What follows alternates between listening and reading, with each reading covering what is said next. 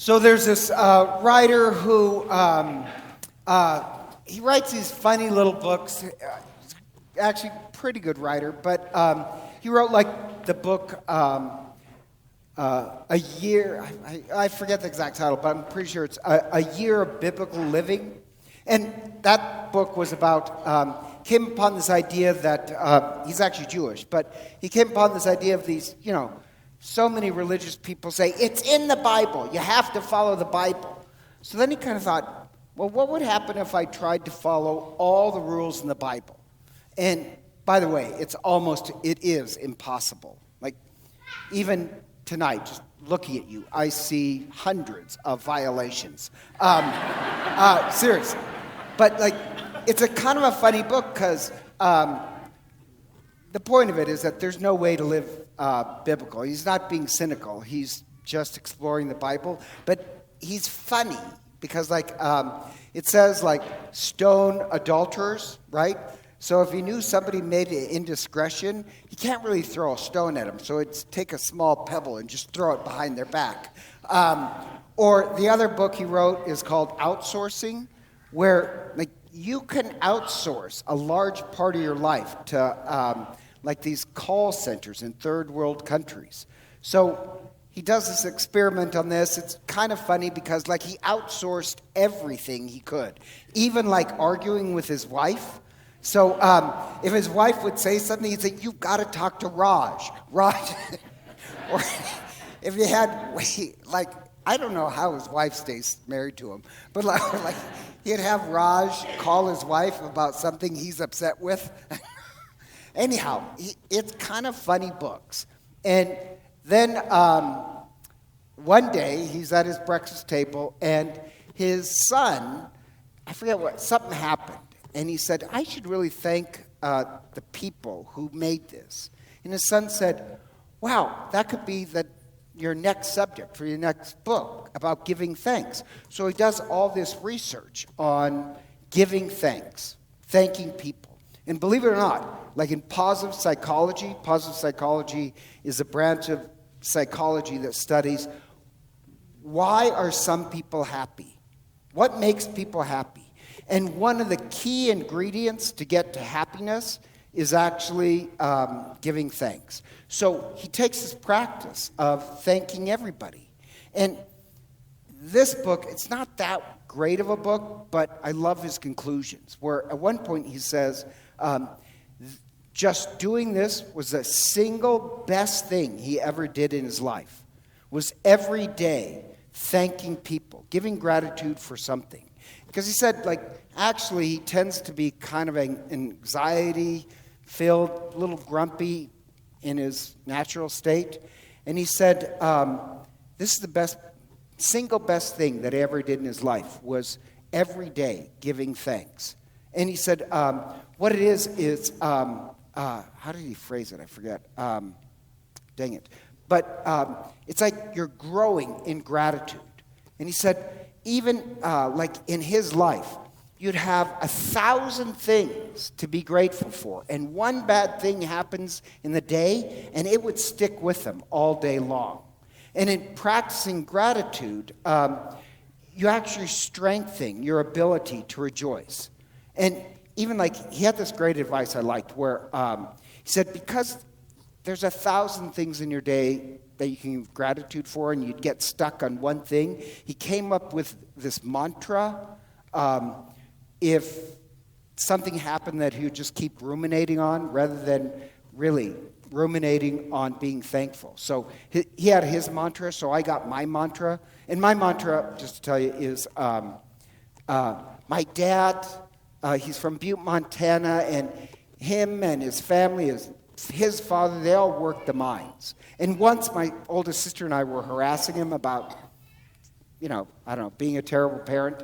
And his reply, and I really liked it, his reply back to us was, yeah, well, you didn't have to work the mines, did you? And my sister and I were like, that's a really good reply. So, if I'm getting angry and driving, I try and keep the mantra, hey, it's not like I'm working the mines. If this is the toughest my life gets. So like over a life. Oh, the other thing he found is that it increased his joy. He was a lot more joyful, and it increased his connection to other people. So he calls it the 7 degrees of thankfulness. That once you start thanking people, you realize just how dependent you are on other people, and there's so much to be grateful for. Now, so just that's his gratitude. Back to positive psychology, they've actually found that if you want to get to happy, one of the necessary ingredients is gratitude.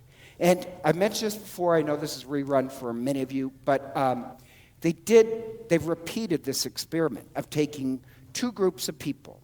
So this is the control group. So we'll test everybody on how happy you are, and test you, and the control group, no difference, and we don't demand anything from you. The other group, we test your happiness, and then you're given the homework that every day, at the end of every day, you have to thank God for 5 things that happened that day. And then retest everybody in 1 year, and this group always tests higher in their happiness. Less depression, greater happiness. So, like, it's just one of the keys. And even there's this cute little family in Sun Valley. I was in Sun Valley before I came to Holy Apostles as a priest, and after Saturday night Mass, they invited me out to pizza, and cute family. And they said, oh, for our evening prayer, we first go around and thank God for something that happened that day.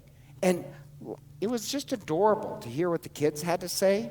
But in positive psychology, you're teaching your kids how to be happy.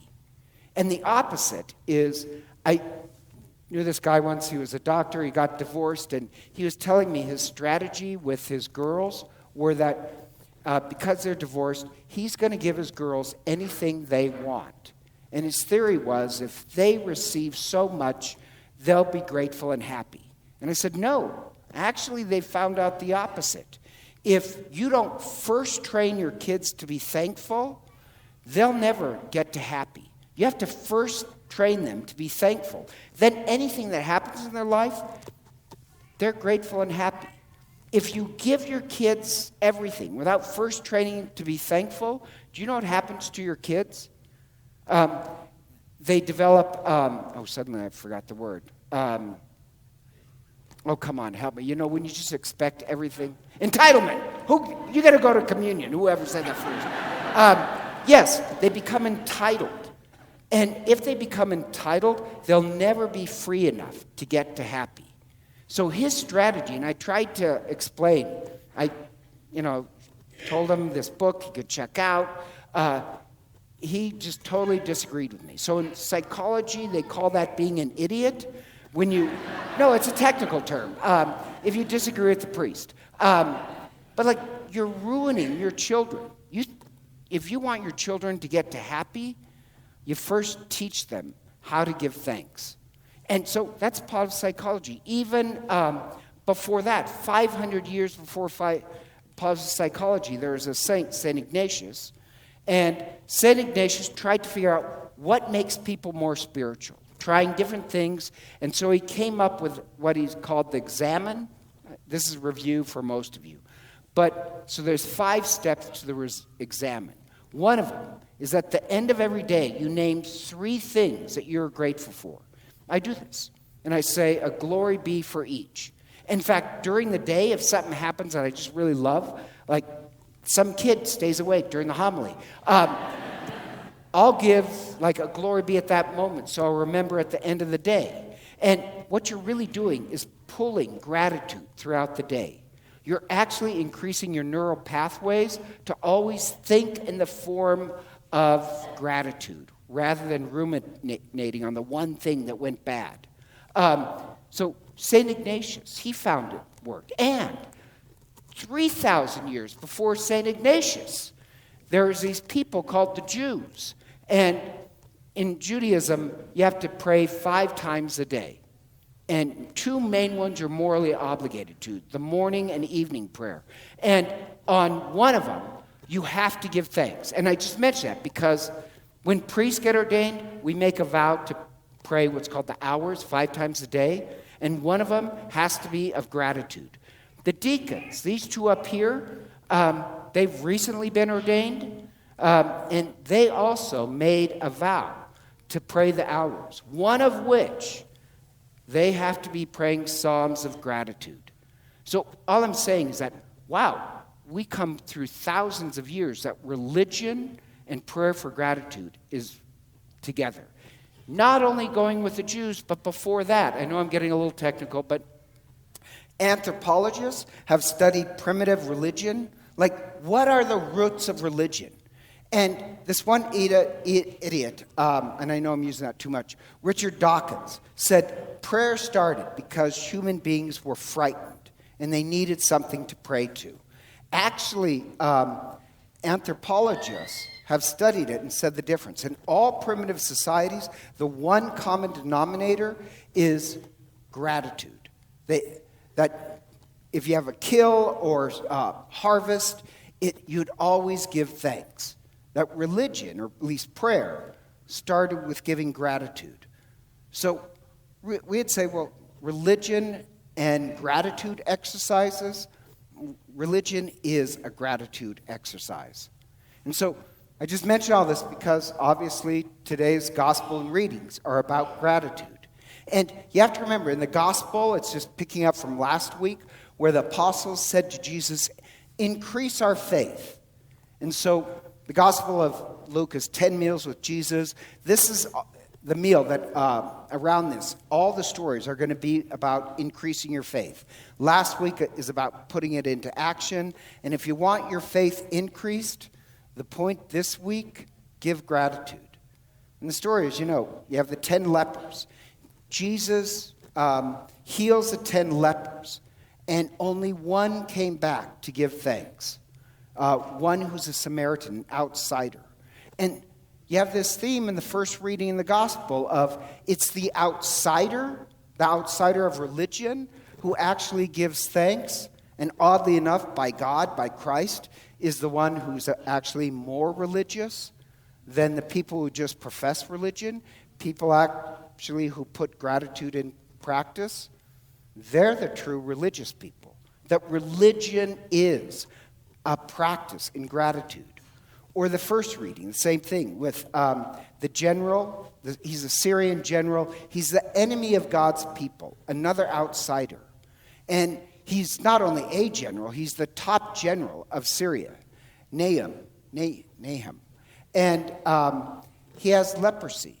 And this, just the detail of this I love. His servant, not even his servant, his slave girl is a Hebrew. And she says to the master, there's a prophet in Israel who could cure you. Now, I have to admit, I think that's amazing, because if I was a slave girl and my master got leprosy, I'd be like, good riddance. Clearly, she's good, because she comes up twice.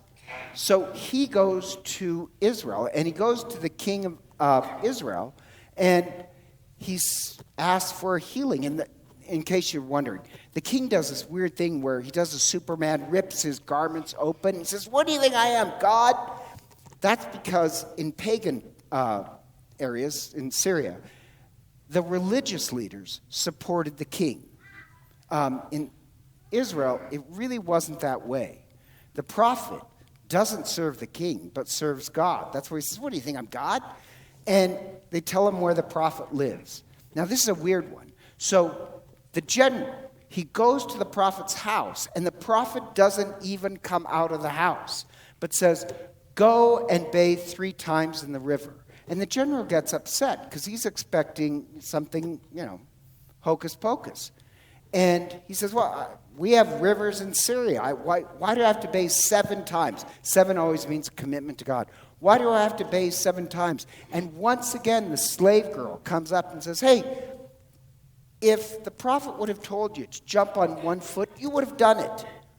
He'd asked you to bathe in the river. Bathe in the river. The general does it, comes out like a newborn baby, wants to give this great wealth to the prophet. And the prophet was, no, God didn't God did it all. I didn't do any of it. So then the general says, well, could I take truckloads of dirt back with me? And he's thinking that Yahweh is only found in Israel.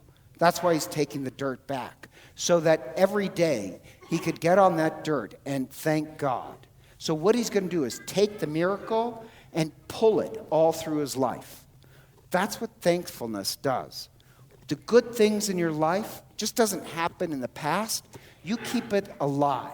So the Samaritan who comes back and gives thanks, he keeps the miracle alive. The general, the outsider of religion, he keeps the miracle alive.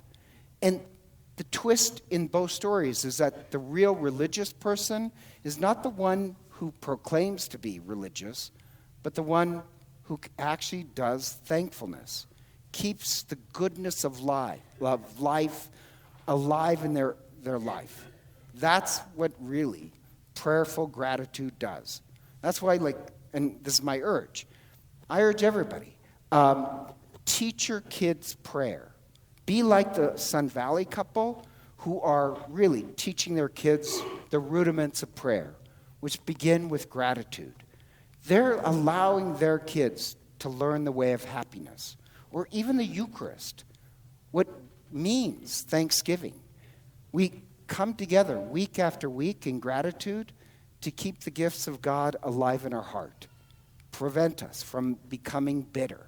So for grandparents and parents, really show your kids the way of prayer. And the point is, the way to increase faith is actually by a life of gratitude. Let your kids inherit that example of prayer. Let them receive that. And like the author, it may be the single greatest thing you've ever done. Now, this weekend I want to make all those kids who are going to make their first communion in RE in first communion and confession to please come forward for a blessing. So if you're going to make your first communion, please come forward.